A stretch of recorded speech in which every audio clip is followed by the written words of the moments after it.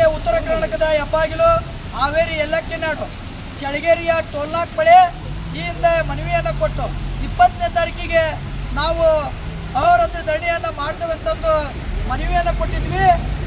ಆದರೆ ಆ ಮನವಿಯನ್ನು ನಿರ್ಲಕ್ಷ್ಯ ಮಾಡಿದ್ದಾರೆ.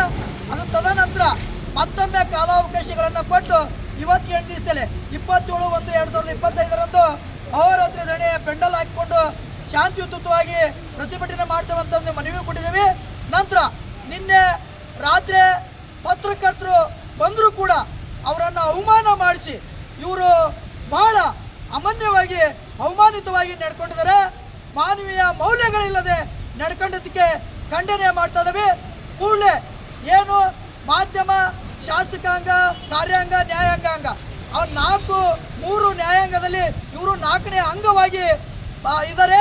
ಅವರು ಜನರ ಹಿತರಕ್ಷಣೆಗಾಗಿ ಇರ್ತಕ್ಕಂಥ ಮಾಧ್ಯಮದ ಅವ್ರ ಮೇಲೆ ಅವಮಾನಗೊಳಿಸಿದರೆ ಅದನ್ನು ಖಂಡಿಸಿ ಮತ್ತು ಏನು ಮೊನ್ನೆ ಒಂದು ಹೆಣ್ಮಗಳು ಇಲ್ಲಿ ಸತ್ತಿದ್ದಾರೆ, ಅವ್ರ ಕುಟುಂಬವನ್ನು ಕರೆದುಕೊಂಡು ಬಂದು 27ನೇ ತಾರೀಕಿಗೆ ದೊಡ್ಡ ಮಟ್ಟದ ಹೋರಾಟವನ್ನು ಹಮ್ಮಿಕೊಳ್ತಾ ಇದ್ದೀವಿ.